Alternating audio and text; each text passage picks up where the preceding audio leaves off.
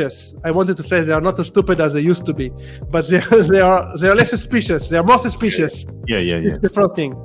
The next thing is the fact that media buying and media costs are rising all the time. And what I'm observing is kind of a winner takes it all phenomenon. So I see the big players are succeeding because they are able to pour a lot of money into acquiring the customer.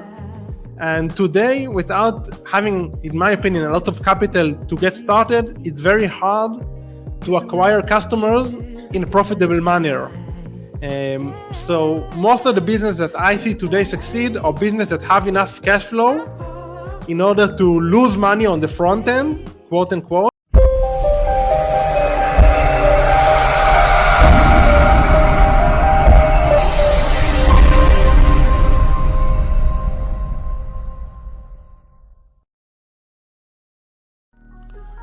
This episode is brought to you by ERC. Let me ask you a question. Did you have a business during the pandemic with 5 or more employees? If the answer is yes, you might be leaving money on the table. All you gotta do is go to ercbankroll.com and you can get your money. The best part about this, it only takes 5 minutes or less to see if you qualify. Go to ercbankroll.com and put in your name, email address, answer 2 questions, click on the submit button, and you're done. It's that simple. And get your money. So don't wait.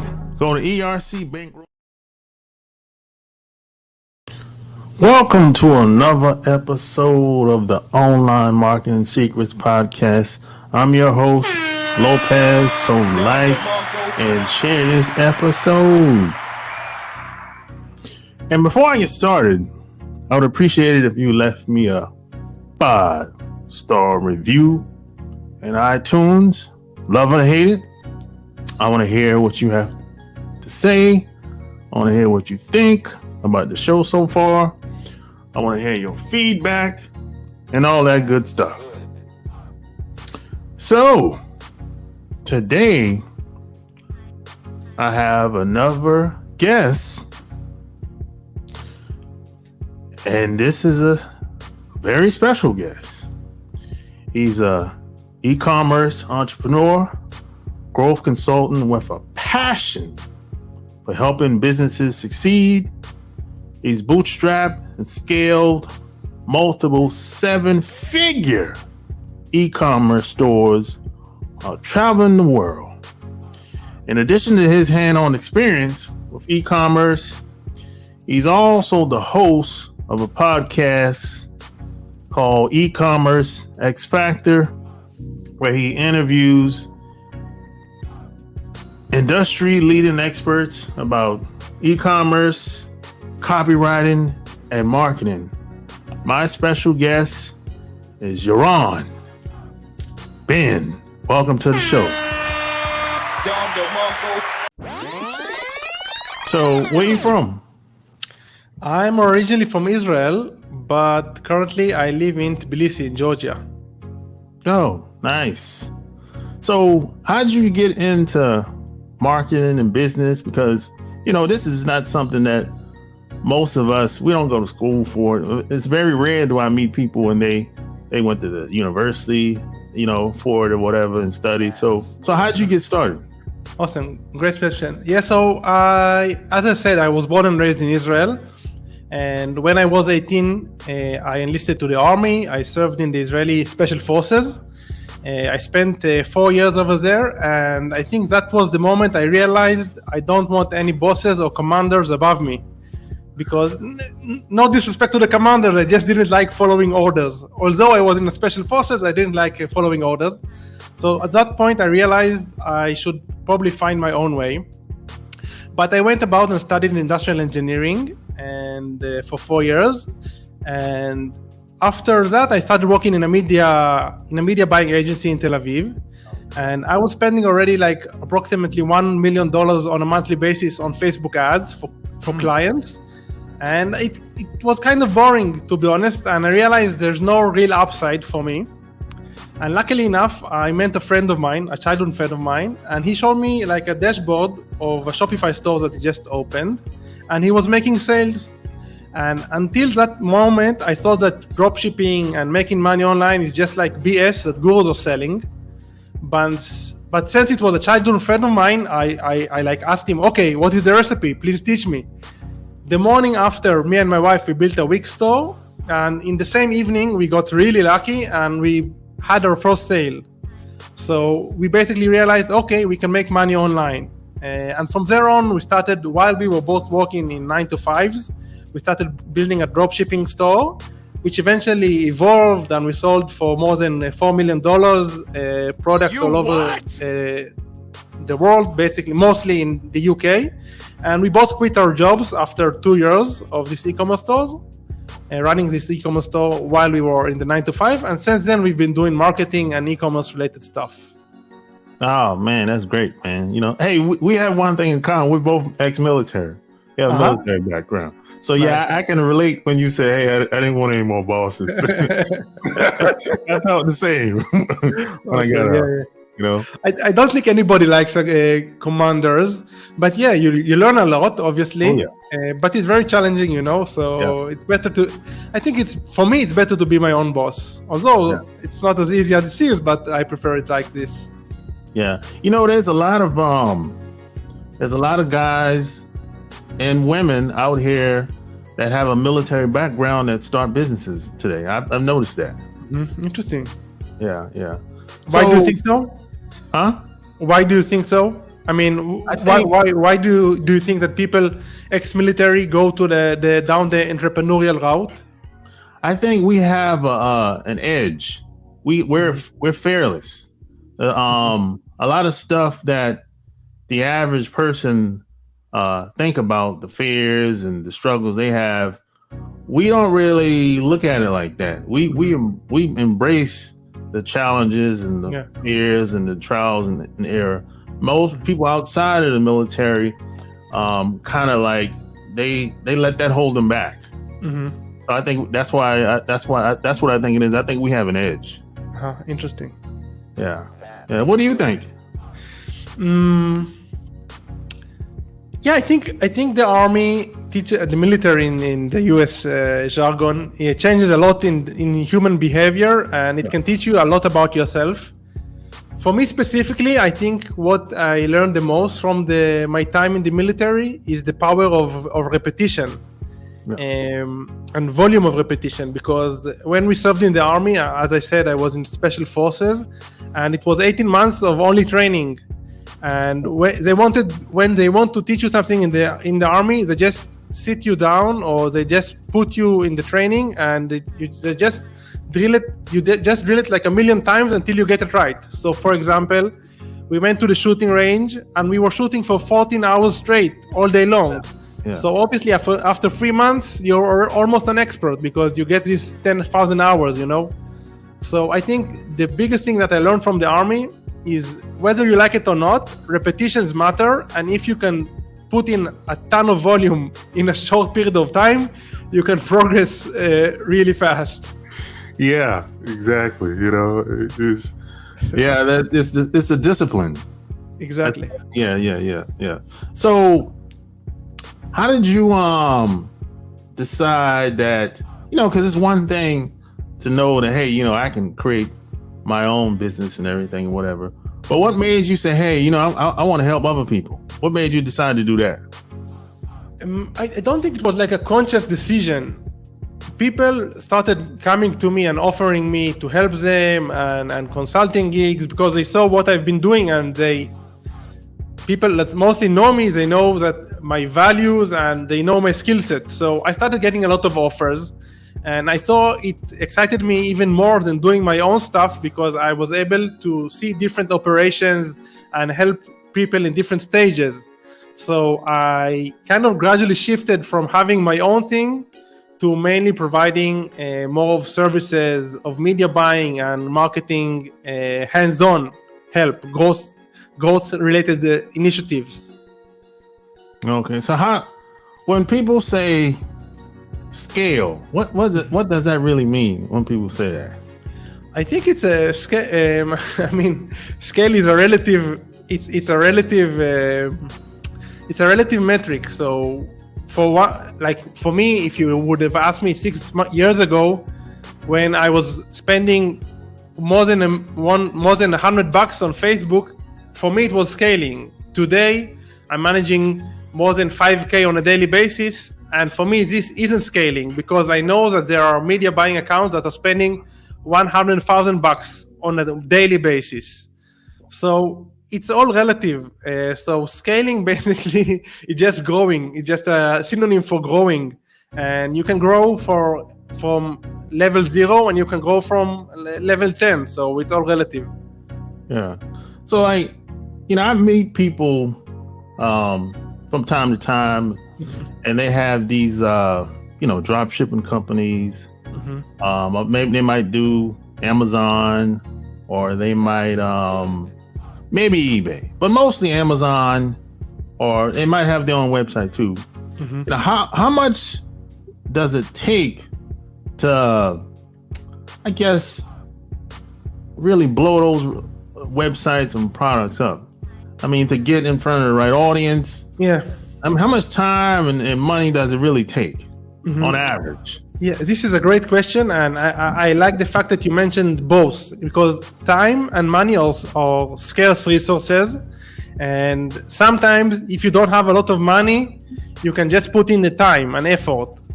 But on vice versa, if you have the money, you don't necessarily need to put in the time. And a lot of people, when they approach me with the same question, they ask me, how much money should I set aside for this initiative? And then I go about and ask them, how much time do you have? Like, share with me the whole equation, and based on this, we can build a plan. The answer really depends on your skill set and your idea and your work ethic. If I'd had to give like a very, very broad answer, I wouldn't start these days. I wouldn't start without having like at least 5K set aside for investing just for media buying. Assuming that you go down the non-organic route, like the paid advertising route. Back in the days, it was easier. You could have got lucky with lower budgets. Today, I think you can still get lucky, but it's a matter of probability. And when you don't spend at least 5K, in my opinion, the probabilities are pretty low. So I would say at least 5K and at least like 3 or 4 hours per day as a total investment just to get started. Before that, you need to gain more skill or gain more capital, because you don't even get to the threshold of kind of seeing success, in my opinion, if you don't have these. Yeah.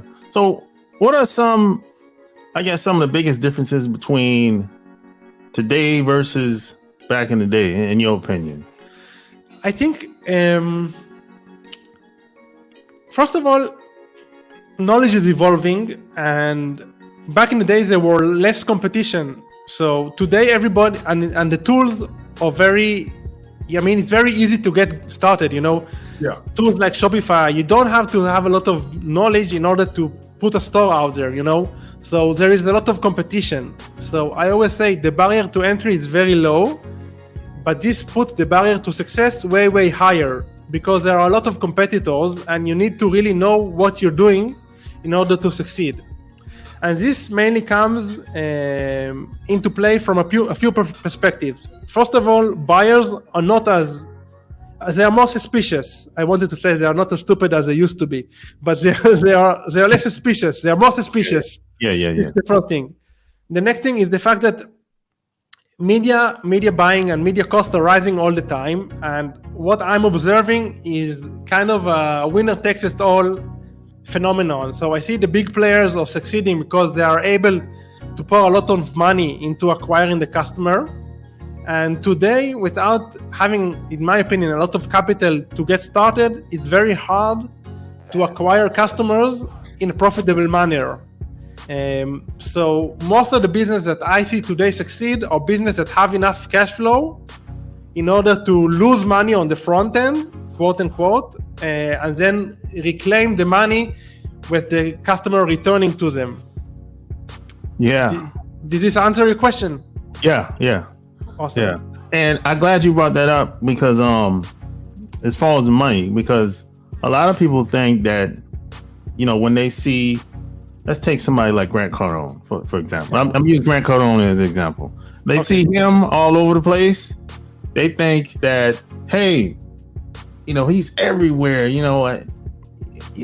I want to be just like him, right? Mm-hmm. But what you don't know is he's probably paying $1 million a month. Easily. And I think Dan Kennedy or somebody said a long time ago that the guy or the gal that pays the most money usually wins. Exactly. This is a Dan Kennedy quote, and Russell Brunson just also tells it every time. And it's right. The company that has the most money to spend on acquiring the customer is the company that will win. So yeah, I really see this today for sure. Yeah. But I always say that you can still do well, but it might take you longer because you don't have if you don't have $1 million budget.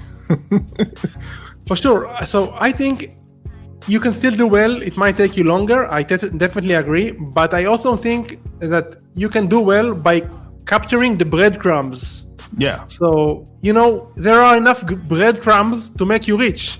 Let's say you micro niche. Let's say you only sell helmets to people who are into bicycle riding on the road. So this is a niche that can be profitable. And I believe that you can do like 100K profit on a monthly basis only from this. Because the world is huge, and for every micro niche, there are a lot of buyers. And the big companies are not after these niches. They are more interested in the broad markets. And this is where the opportunity lies for people that don't have a lot of capital, in my opinion. Yeah. So when you say dropshipping, how do you come up with the product? If it's a hard product, is it an in-house thing, or is it like off market thing, going to China or India type thing? How do you source the products? A great question. So first of all, let's just clarify. So dropshipping is just a way of fulfillment of inventory. It basically says that you don't have inventory. Now, as time went by, dropshipping has become synonymous with a whole business model or a whole type of business. Yeah. So in this type of business, I make a distinction between having your own store and controlling the marketing and running mostly Facebook ads or paid ads to the store. And the other aspect, the other game of dropshipping, is having your products in a marketplace. Amazon, Walmart, eBay, etc. So this is the first distinction that I make. And I used to play the game in which you have your own store and you control your own marketing. Mm-hmm. And for this, what I used to do in order to find products, I would just look at competitors and I would test a ton of products, let's say 10 products on a weekly basis. And I was looking for signals. So what product has the best CTRs, click-through rates, and the lowest CPCs, cost per clicks. And then I saw what product had the best CPAs. What product I had to pay the least amount of money in order to get a buyer. And whenever I saw a product that was kind of outperforming the rest of the products, I used to pour more money on this product and try to scale it, quote unquote, because we discussed this thing before. So this basically was a process. Testing a lot of products, seeing what product outperforms based on the signals, and just pouring a lot of money into this product, and if needed, building a dedicated store for this specific product. Now, this was back in the days. Today, I'm not sure this is the best way to do dropshipping. I think you need to build more of a brand identity to differentiate yourself from the competitors. But this is what used to work for us back in the days, testing a ton of products and seeing what works. Yeah, the marketplace online had definitely changed. I remember back in the day, people didn't have to know who you was. If they liked it, they would buy it. Exactly. It could be, you could partner with somebody. He might have a list. They never seen you, but people on his list ain't never heard of you ever. Uh-huh. And he would promote you or your website, your product, his list, people would buy automatically. Yeah, that's not working that well. That was a Wild West, but it's not like this anymore. Yeah. So things have definitely changed. Building a brand today is much more important than ever. I agree. Yeah. So let's talk about your website, Mentor Cruise. How did that come about? No, so Mentor Cruise isn't my website. It's just a website that aggregates mentors, and I'm one of the mentors in that website. So it's not my operation. Just to clarify, but still, I think it's an awesome website. I mean, I suggest your listeners check it out if they are looking for help in any field. There are a lot of great mentors over there, and I'm not an affiliate. I'm not biased. Okay, gotcha. So, what's your ideal prospect in a perfect world? Is it big, small, startups? Or what? So. I used to work mainly with beginners, but then I realized, it's way more challenging to help beginners that don't have an entrepreneurial background, because there are so many variables in and unknowns in the equation. So as much as I enjoy doing this, I don't work with beginners so often anymore. I'm mostly focused on helping brands that are have an established brand already, and they are able to pay at least $50K per month on in-media buying. At least this is the bare minimum. So more of established brands or B2B brands that need a lot of help with automations, because I love doing automations. I'm not a big fan of working, so I like to automate everything. I hear you, man. So hey, what's your podcast about? My podcast is mostly about growth in general. It was focused on e-commerce, but now I'm kind of shifting away. Zooming out, not necessarily on e-commerce. Anything related to marketing, AI, Web3. I just interview experts that I have a personal interest in interviewing and speaking with them, because this is how I grow and learn. And I'm operating under the assumption that if I find it interesting, hopefully someone else will find the conversation interesting as well. Exactly. So hey, wait a minute. Let's talk about AI. Now, first off, what do you think about AI? What's your opinion? I'm a big fan. I use it very often. I use it a lot, mainly for creating automation with Python. And this has been a game changer for me, because although I know some coding, I don't consider myself a developer. But now using ChatGPT, I'm able to pull off a lot of amazing stuff and a lot of automation that are marketing related, just using ChatGPT. So it saves me a ton of time, and it also enhances my abilities. So I'm a big fan. Yeah, me too. I use it, man. So a lot of people, they're kind of afraid that it's going to take people's jobs and whatever. Now, it is going to take certain people's jobs. Yeah, that's a fact. Yeah, but I don't, people, they're afraid. I said you should embrace it. Things change over time. The thing is not going to stay the same forever. Yeah, I agree. And a lot of people are debating the ethical perspectives of AI, and it's kind of beyond my scope of control. So I don't care about this. I'm just, as you said, I try to embrace it and I try to leverage it.